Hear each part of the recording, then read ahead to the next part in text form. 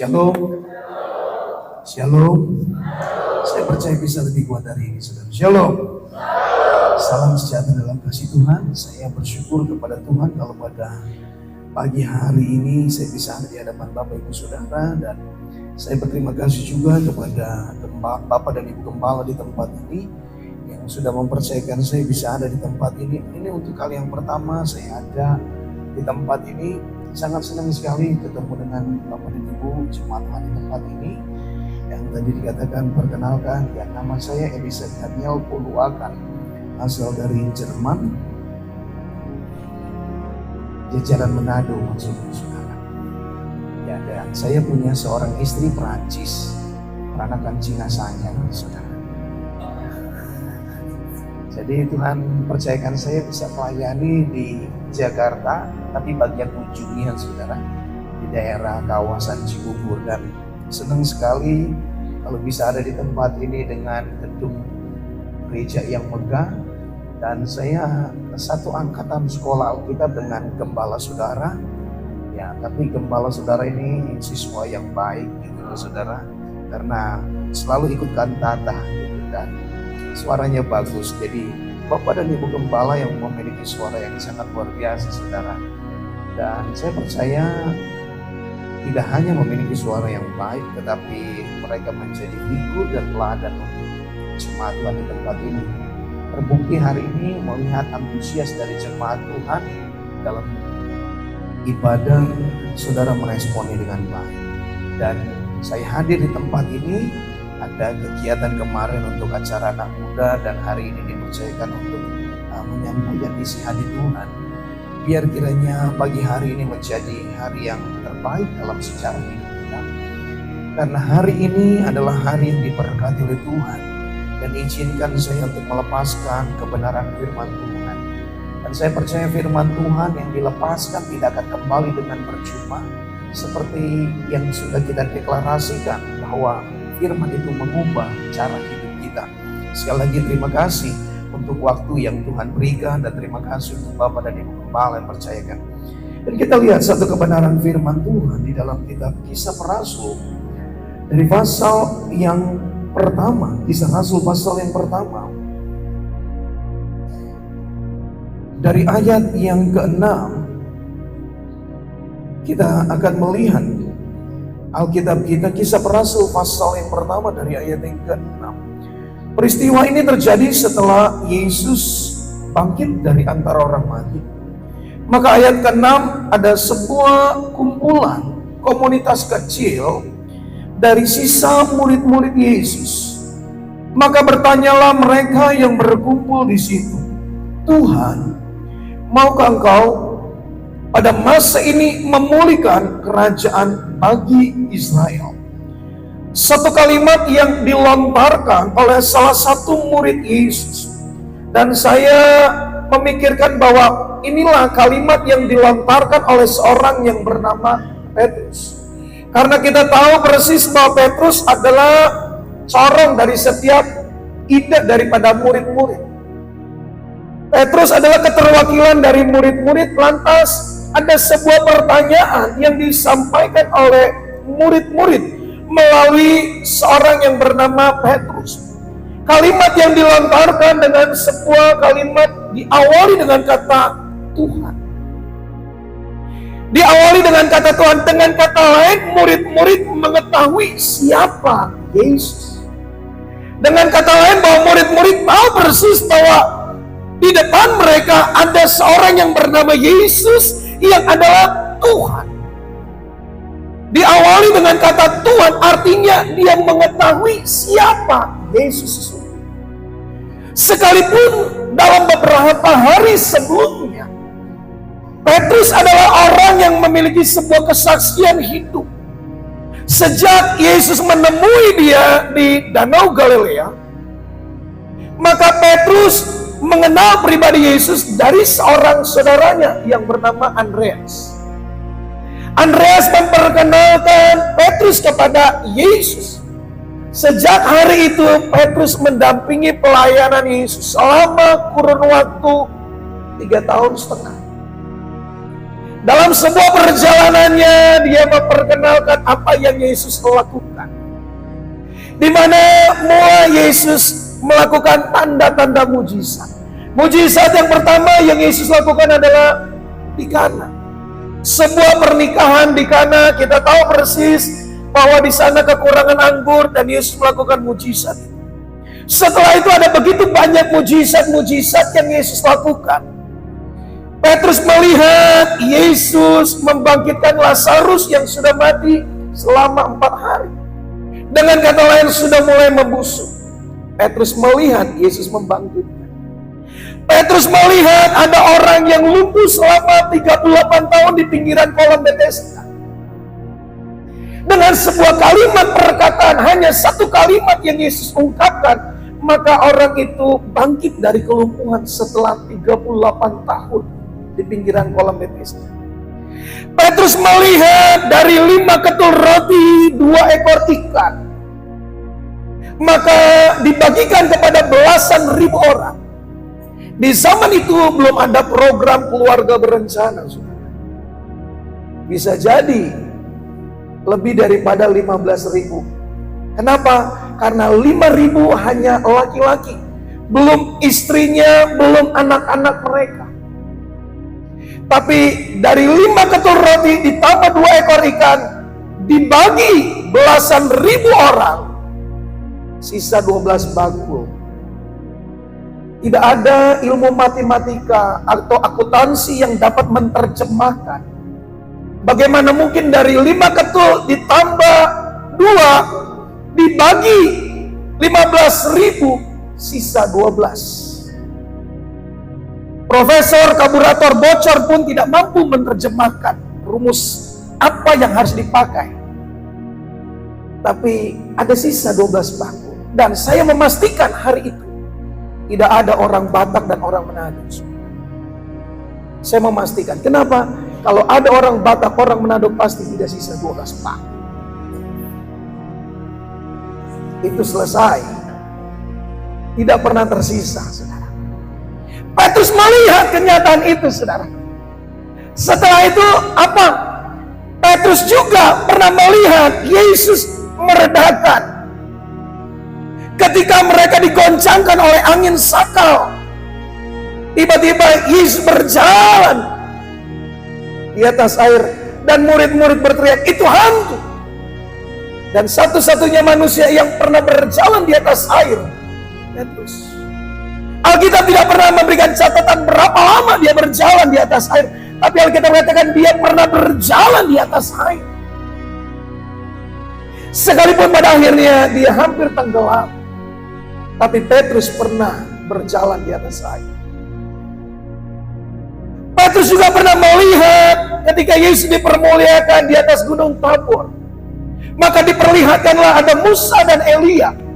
Padahal periodenya berbeda. Antara Musa dan Elia dengan kehidupan di zaman Petrus, itu ada rentan waktu ribuan tahun.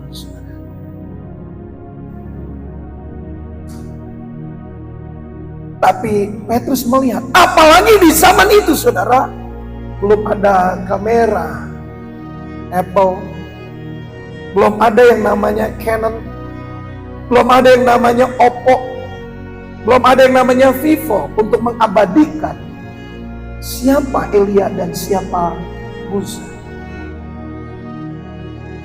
Tapi Petrus melihat dan mengenal itu Musa dan itu Elia. Petrus juga yang akhirnya melihat Yesus ketika dia ditangkap di Taman Getsemani. Dan di Taman Getsemani itu akhirnya Petrus meninggalkan Yesus. Setelah sebuah peristiwa yang sangat luar biasa, dia mengayunkan pedang, maka telinga daripada salah satu imam Malkus putus. Ternyata Petrus adalah titisan daripada Zoro. Karena satu kali tebas, putus. Hebat ya. Tapi setelah dia melihat dengan mata kepala, dia melihat Yesus ditangkap dan mulai disiksa. dibawa kepada sebuah litos trotos gabata, batu trotoar, diikatkan dan dia dimulai dicambuk. Petrus melihat, dan satu ketika ada seorang budak kecil berkata kepada Petrus, bukankah kamu salah satu pengikut Yesus? Petrus berkata, aku tidak kenal. Sejak hari itu Petrus meninggalkan Yesus dan dia kembali ke Galilea. Dia kepada kehidupan yang lama sebagai seorang nelayan. Sampai satu ketika Yesus harus mengunjungi dia lagi di Danau Galilea dalam Yohanes pasal yang ke-21 di sana. Dalam sebuah perjumpaan dan dalam sebuah percakapan, yang pada akhirnya Petrus kembali mengikuti Yesus. Sebuah pesan yang Yesus sampaikan kepada Petrus, Petrus jangan tinggalkan Yerusalem. Dari 12 murid-murid Yesus, perlu Bapak Ibu ketahui, satu hanya dari dataran Yudea, tapi 11 dari murid-murid Yesus lebih banyak mereka dari pinggiran Danau Galilea. Dalam tradisi Yahudi, Danau Galilea dikategorikan adalah kaum marginal, orang-orang yang terpinggirkan. Kasta tertinggi daripada tradisi Yahudi adalah mereka yang tinggal di Yerusalem dan di dataran Yudea. Hanya satu murid Yesus yang berasal dari dataran Yudea. Dialah Yudas Iskariot. Dan dialah dikatakan sebagai tamu istimewa. Dia selalu ada bersama Yesus karena dia dari garis keturunan dataran Yudea, sebagai tamu terhormat. Selebihnya dari murid-murid Yesus bukan berasal dari Yerusalem. Mereka berasal dari pinggiran Danau Galilea, pekerja keras, kaum yang terpinggirkan, orang-orang marginal, orang-orang yang tidak dianggap. Tetapi mereka dipilih oleh Yesus untuk sebuah pelayanan yang besar. Sehingga ketika Yesus mati, Yesus ditangkap, disiksa, disalibkan di Yerusalem. Murid-murid melihat Yerusalem bukan sesuatu yang menyenangkan.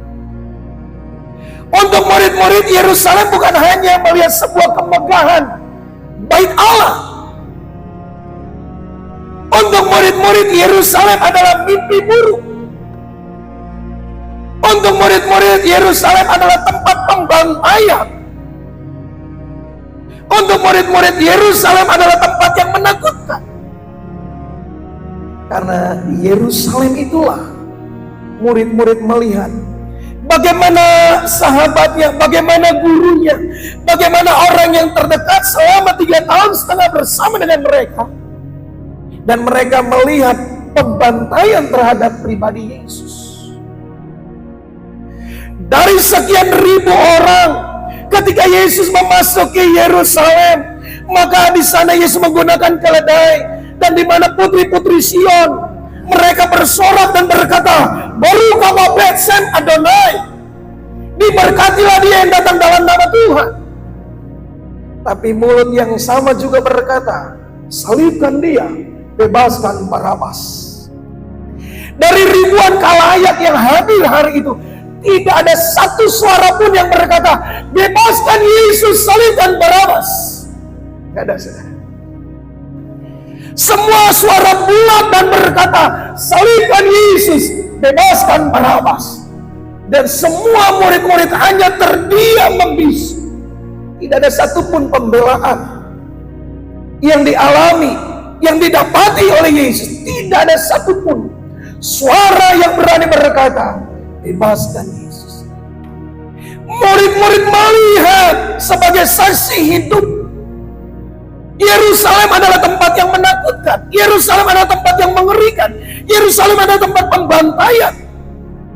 Apalagi mereka bukan dari orang Yerusalem. Mereka bukan berasal dari Yerusalem. Mereka melihat Yerusalem sesuatu yang menakutkan. Itu sebabnya ada alasan untuk seorang yang bernama Petrus dan murid-muridnya berkata, Tuhan, maukah pada saat ini engkau memulihkan kerajaan bagi Israel? Kenapa saudara? Ada sebuah resiko, ada sebuah konsekuensi yang harus diterima oleh murid-murid. Saudara tahu, ketika Yesus bangkit dari antara orang mati, jenazahnya sudah tidak lagi di kuburan, maka ada sebuah berita yang menghebohkan di Yerusalem bahwa jenazah Yesus atau mayat Yesus sudah dicuri oleh pengikut-pengikutnya. Sehingga murid-murid menjadi DPO, daftar pencarian orang. Konsekuensinya apa saudara? Konsekuensinya sama, murid-murid akan dibantai dan disalibkan. Hukumannya sama, sehingga ada alasan akhirnya murid-murid meninggalkan Yerusalem dan mereka kembali ke Galilea. Mereka tidak mau melihat yang namanya Yerusalem, tempat yang menakutkan buat mereka. Alangkah baiknya saya kembali kepada kehidupan lama saya dan saya nyaman. Saya sebagai seorang nelayan, saya bekerja saja. Sekalipun ketika Petrus dan murid-muridnya semalam-malaman mereka mencari ikan dan mereka tidak menemukan seekor ikan pun. Tapi Yesus hadir pada saat itu. Ketika Yesus berkata kepada murid-murid, adakah lauk pauk padamu? Murid-murid berkata, kami sudah semalam-malaman, kami nggak menemukan ikan seekor pun. Maka Yesus berkata kepada murid-murid, tebarkan jalamu di sebelah kanan. Maka didapatilah 153 ekor. Dalam terjemahan bahasa Ibrani 153 memiliki arti I am the God, I am the Lord, akulah Tuhan. Kalimat yang sama dikatakan akulah Tuhan di dalamnya, ketika dipecahkan kosakatanya maka memiliki arti yang sama. Akulah Yehova Jireh. Akulah Allah yang menyediakan. Kalimat yang sama ketika Abraham mengenal pribadi Allah di atas gunung Moria. Dia Allah penyedia. Dia sebagai provider, Allah yang menyediakan. Dari yang tidak ada menjadi ada. 153 adalah hasil penangkapan sejarah hidup daripada murid-murid, bahwa itulah klimaks dari sebuah pencapaian hidup. 153. Tapi apalah artinya 153 sementara mereka meninggalkan Yerusalem? Mereka beranggapan lebih baik saya bekerja kembali. Apalah artinya panggilan Yesus buat mereka? Tidak memiliki arti apapun. Tapi Yesus mengunjungi murid-murid untuk kembali supaya mereka ada di Yerusalem. Yesus berkata, jangan tinggalkan Yerusalem. Dan Petrus berkata, benar, kami nggak akan tinggalkan Yerusalem. Tapi ada sebuah syarat, maukah engkau pada saat ini memulihkan bagi kerajaan Israel?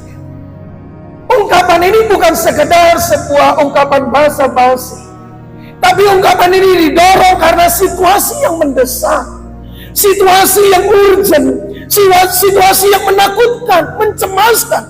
Resikonya apa saudara? Mereka akan digantung, mereka akan dianiaya, mereka akan disalibkan, mereka juga akan dibantai seperti yang dialami oleh Yesus. Maka mereka akan menerima hal yang sama. Sehingga ada alasan murid-murid berkata, Tuhan maukah engkau pada saat ini memulihkan? Mungkin doa ini juga menjadi doa kita semua. Tuhan, maukah pada saat ini memulihkan keluargaku? Tuhan, maukah pada saat ini memulihkan suamiku? Tuhan, maukah pada saat ini memulihkan istriku? Tuhan, maukah pada saat ini memulihkan anak-anakku? Tuhan, maukah engkau pada saat ini memulihkan orang tuaku? Tuhan, maukah pada saat ini memulihkan sahabatku? Tuhan, maukah pada saat ini memulihkan kakak adikku? Pemulihan ekonomi, pemulihan kesehatan, yang mungkin saudara sudah berulang-ulang kali. Karena situasi yang mendesak, saudara menjerit. 1 hari, 1 minggu, 1 bulan, 1 tahun saudara sedang bergumul dan berdoa. Seakan-akan doa kita hanya terbentur kepada dinding tembaga, dan Allah seakan-akan tidak mendengar doa kita, dan seakan-akan Allah menutup telinganya untuk menjawab setiap doa kita. Mungkin satu ketika kita sampai kepada sebuah keletihan, capek, bosan, jenuh, dan kita berkata, ini udah gak mau lagi berdoa. Kalimat yang sama mungkin pernah kita lontarkan kepada Tuhan. Sekian banyak tahun saudara menantikan jawaban doa-doa yang saudara sampaikan kepada Tuhan. Mungkin seakan-akan saat ini kita mulai terhimpit dengan berbagai macam pergumulan, terhimpit dengan berbagai macam permasalahan yang kita mencari di hadapan Tuhan. Bahkan mungkin air mata kita sudah kering, dan bukan mungkin lutut kita sudah mulai lecet. Mungkin kita selagi sudah tidak lagi mau bisa mengeluarkan air mata. Mungkin suara kita mulai sudah terbatas dan berkata, tak mampu lagi kami berdoa. Ada banyak alasan saudara bisa berkata hal yang sama kepada Yesus. Tuhan, maukah Engkau pada saat ini memulihkan kesehatanku, memulihkan finansialku, keuanganku, memulihkan pekerjaanku, ekonomiku, memulihkan seluruh keberadaan. Tuhan, berapa banyak hari-hari ini cerita yang sama saudara. Bukan cuma saudara, dunia mencerit hal yang sama, kalimat yang sama. Tuhan, maukah hari ini memulihkan Indonesia? Tuhan, maukah Engkau memulihkan bangsa-bangsa hari ini? Krisis global sedang berkecamuk, sakit penyakit di mana-mana. Sekian banyak dokter coba menemukan dengan berbagai macam kepintaran mereka, akhirnya tidak bisa menyelesaikan berbagai macam masalah penyakit. Berapa banyak hari-hari ini orang juga sedang mencerit. Di Eropa, berapa banyak orang-orang sudah mengalami kelaparan, khususnya UK.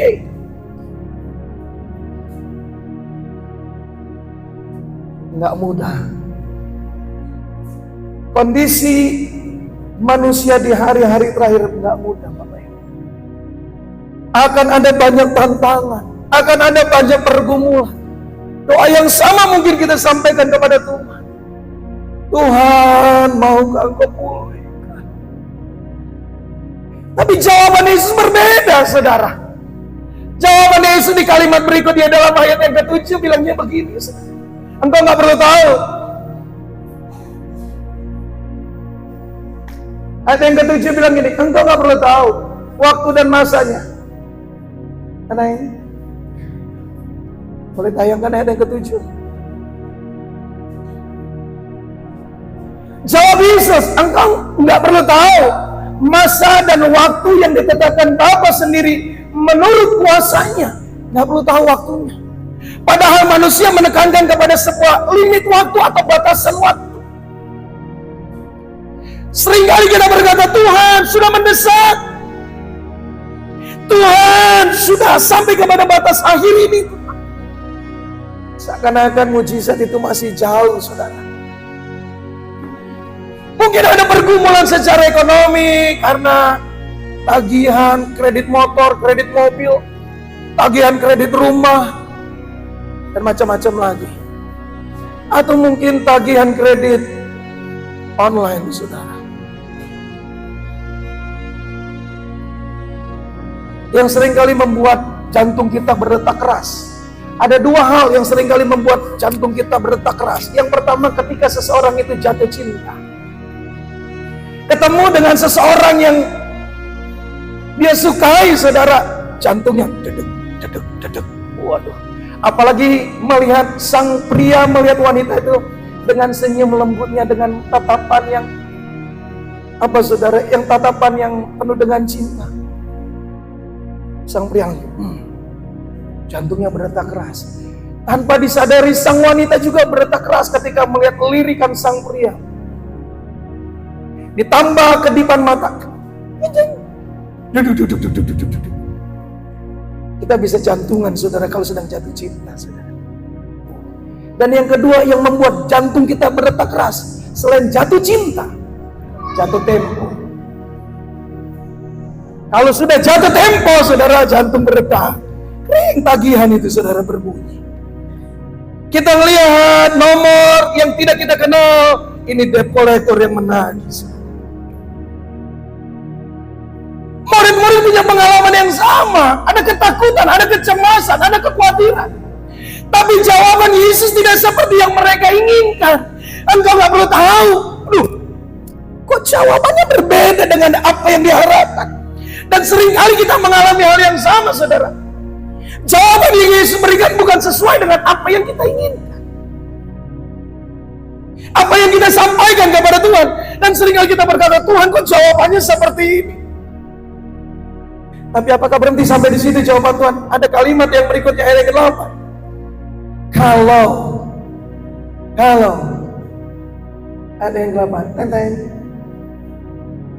Tetapi kamu menjadi saksiku, tetapi kamu akan menerima kuasa kalau Roh Kudus turun ke atas kamu, dan kamu akan menjadi saksiku di Yerusalem, di seluruh Yudea dan Samaria, dan sampai ke ujung bumi. Jawabannya berbeda. Tetapi kamu akan menerima kuasa. Apa? Seringkali Tuhan memakai situasi keadaan di sekitar menekan kita. Supaya apa, saudara? Kita tahu memiliki pengharapan kepada Tuhan. Tuhan seringkali pakai situasi yang terjadi menghimpit, menekan kita. Ketika kita melihat di kanan tidak menemukan jalan keluar, ketika di depan tidak menemukan jalan keluar, ketika di samping kanan kita tidak menemukan jalan keluar, di belakang kita tidak menemukan jalan keluar, tapi ada satu jalan keluar ketika kita mengangkat hati kita di hadapan Tuhan. Mungkin situasinya nggak berubah, saudara. Keadaannya nggak berubah, tapi yang Tuhan ubah adalah your heart. Hatimu yang Tuhan ubahkan. Cara berpikirmu yang Tuhan ubahkan. Mereka melihat di Yerusalem sesuatu yang menakutkan, tapi justru Yesus berkata, kamu akan menjadi saksiku di Yerusalem, tempat yang menakutkan. Tapi dari tempat yang menakutkan itu, Tuhan merubah cara pandang mereka, sikap hati mereka. Sehingga apa yang dilakukan oleh Petrus, saudara? Dia tinggal di Yerusalem 10 hari menantikan janji Bapa. Dan Roh Kudus dicurahkan. Yang tadinya dia meninggalkan Yesus bekerja, hanya mendapatkan ikan 153. Tetapi ketika Roh Kudus turun ke atas mereka, satu kali berbicara, maka Petrus menghasilkan 3.000 orang yang bertobat. Bandingkan, saudara, 153 sebagai penjala ikan. Yesus mengubah mereka dari penjala ikan berubah menjadi penjala manusia. Dari 153, tapi ketika Roh Kudus turun atas mereka, berubah menjadi satu kali khotbah, 3.000 orang bertobat. Ada pelipat gandaan. Ada banyak mungkin kita dengan segala kemampuan kita bekerja keras maksimal, tapi hasilnya hanya 153. Tapi ketika kita menantikan janji Bapa dan kita izinkan Roh Kudus turun atas kita, maka hasilnya menjadi 3.000. Tuhan gak merubah situasi, tapi merubah sikap hati. Tuhan merubah cara pandang kita. Yang dulu Yerusalem adalah tempat sesuatu yang menakutkan. Dulu saya juga demikian. Buat saya tinggal di Jakarta. Jakarta adalah mimpi buruk buat saya. Gembala saudara tahu persis, saya nggak mau ada di Jakarta. Saya berdoa, saya bilang, Tuhan, saya berdoa, kalau Tuhan menjadikan saya hamba Tuhan, saya nggak mau tinggal di Jakarta, karena Jakarta yang membuat saya hancur. Jakarta mimpi buruk buat saya. Jakarta membelenggu saya. Jakarta membunuh saya. Kalau boleh pilih, saya bilang, saya nggak mau tinggal di Indonesia, saya mau tinggal di Australia. Benar, saya coba komunikasi dengan sahabat saya di Australia. Ya udah, Cak, kamu berangkat aja ke Australia. Tapi nggak berangkat juga, saudara. Di mana tempat yang menakutkan, di situ Tuhan mau ubah hidupmu di tempat itu, supaya engkau menjadi bintangnya Tuhan di tempat itu, saudara. Saya nggak bisa lari dari Jakarta, tapi di Jakarta itu justru saya melihat peluang penuaian jiwa-jiwa. Di Jakarta saya melihat ada begitu banyak generasi muda membutuhkan Tuhan. Di Jakarta itu justru dari Jakarta itu tempat yang menakutkan buat saya.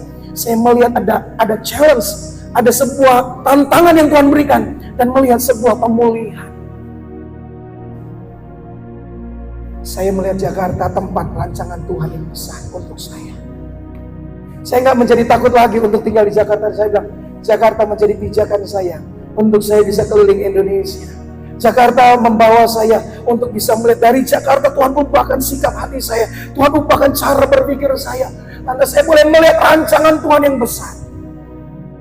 Masuk di dalam kegerakan doa, keliling Indonesia. Tuhan bawa ada di Afrika, Tuhan bawa ada di Eropa, Tuhan bawa ada di Amerika, Tuhan bawa ada di Australia, Tuhan bawa ada keliling Asia. Saya baru melihat, kalau saja dulu saya bukan jadi hamba Tuhan, saya nggak akan pernah bisa pergi keliling dunia, saudara. Kalau saja saya mungkin tidak tinggal di Jakarta, saya bisa saja tinggal di Australia, tapi hanya berhenti di Australia dan saya nggak pernah tahu dunia yang lain. Tapi karena saya izinkan Tuhan tuntun dan pegang tangan, aku ingin melangkah bersama dengan Tuhan. Baru ketika kita izinkan Roh Allah turun dalam 10 hari doa kita ke depan, saudara, izinkan dia mengurapi seluruh keberadaan hidup kita. Dan tidak hanya diurapi, dan izinkan dia berkata, pegang tanganku, Roh Kudus tuntun. Saudara tahu ketika saudara dipegang Roh Kudus dan dituntun Roh Kudus, setiap langkahmu it's miracle. Setiap langkah yang kau pijakan, maka di situ ada mujizat. Setiap engkau melangkah kembali, di situ ada berkat. Setiap engkau melangkah lagi ada kemuliaan. Setiap engkau melangkah lagi ada perbuatan-perbuatan yang ajaib. Setiap langkah orang-orang yang diurapi oleh Tuhan akan selalu memberikan terobosan, akan selalu menghasilkan mujizat, akan selalu menghasilkan berkat. Dan itu yang Tuhan kerjakan untuk murid-murid, dan itu yang Tuhan kerjakan buat hidupku, dan hari ini Tuhan kerjakan buat jemaat Tuhan di Sekina di tempat ini juga. Izinkan dia untuk mengurapi hidupmu, supaya day by day, setiap hari dari satu mujizat kepada mujizat lagi, dari satu kemuliaan kepada kemuliaan. Hanya mereka yang hidup dalam tuntunan Roh Allah, mereka akan melihat kemuliaan Allah yang besar. Jangan pernah takut karena situasi keadaan. Jangan pernah takut karena himpitan pergumulan hidupmu. Tapi saya ingin memberikan kepastian, Roh Kudus akan menuntun engkau. Engkau menjadi setiap pribadi yang diurapi oleh Tuhan. Engkau akan menjadi pribadi yang mampu menyelesaikan setiap kemelut hidup. Dan engkau akan menjadi jawaban, bukan hanya untuk hidupmu. Engkau akan menjadi jawaban untuk keluargamu. Engkau akan menjadi jawaban untuk gereja lokalmu. Engkau akan menjadi jawaban untuk kota di mana engkau berada. Engkau akan menjadi jawaban untuk generasi ini. Engkau akan menjadi jawaban untuk bangsa ini. Dari hidupmu, Alkitab katakan, mengalir beberapa mata air hidup. Karena sumber hidup itu, al-hayat itu, tinggal di dalam hidup. Tuhan Yesus memberkati. Tundukkan kepala saudara. Kalau saudara dalam himpitan sama seperti murid-murid, saya pernah tahu. Saya tahu rasanya takut seperti apa. Saya tahu rasanya khawatir seperti apa. Saya tahu rasanya beban itu seperti apa. Saya tahu rasanya sesak. Karena beban itu saya tahu persis. Saya minta tolong ke kanan ke kiri tertutup. Saya melihat ke depan ada pergumulan besar. Saya melihat ke belakang ada tantangan. Saya berkata, bangun di tengah malam dalam keheningan malam, tidak lagi ada lindangan air mata, hanya sujud. Flat in the land, merebahkan diri sujud di hadapan Tuhan. Saya bilang, Tuhan, Engkau tahu keterbatasan. I'm lonely. Saya sendiri. Tapi Tuhan bilang apa, saudara? Kamu gak sendiri. Aku ada untukmu. I am your father. Aku bapakmu yang baik. Tapi tidak hanya aku ada bersama denganmu. Coba kau lihat di sampingmu. Engkau masih punya seorang istri sebagai seorang pendoa. Coba kau lihat lagi. Ada anakmu yang kau gak ketahui setiap malam juga berdoa untukmu. I am not alone. Saya nggak pernah sendirian. Karena ada Yesus bersama dengan saya. Karena saya punya seorang istri. Karena saya punya seorang anak yang sebagai seorang pendoa. Day by day dia berdoa untuk papanya. Maka aku berkata sama Tuhan, Tuhan aku gak sendiri. Saya punya Bapa yang baik. Bapa yang mengenal sampai seluruh keberadaan hati. Bapa yang mengerti setiap sudut ruang hatiku. Dan Bapa yang selalu membuka telinganya untuk mendengar setiap seruan. Bahkan terkadang ketika suara kita keluh, suara kita tidak bisa kita ungkapkan. Dalam bahasanya, dalam linangan air mata. Saya tahu Bapakku menampung setiap tetesan air mata. Ditampungnya di dalam kirtannya dan dia berkata, I know you. Aku tahu apa yang kau rasakan. Aku tahu apa yang kau alami. Aku tahu dan aku mau bersama denganmu. Aku ingin berjalan bersama denganmu. Dan aku ingin memperlihatkan hari-harimu akan dipenuhi dengan pelangi kasih-Nya. Hari-harimu akan dipenuhi dengan keajaiban. Hari-harimu akan dipenuhi dengan kemuliaan. Hari-harimu akan dipenuhi dengan mujizat. Hari-harimu akan dipenuhi dengan berkat. Hari-harimu dipenuhi dengan terobosan. I know. Dia mengerti. Dia paham betul. Kalaupun pasanganmu gak memahami apa yang kau rasakan, saya mau bilang Yesus tahu. Kalaupun engkau tidak lagi mampu menegakkan kepalamu, izinkan dia menegakkan. Kalaupun engkau tidak lagi mampu untuk melangkah perjalanan iman, izinkan dia menggendongmu. Kalau tanganmu tidak lagi mampu mengangkat ke atas, lipatkan tangan. Dan engkau hanya bisa bertunduk di hadapan Tuhan. Dan panggil dengan suaramu yang terbatas. Bapa kau mendengar.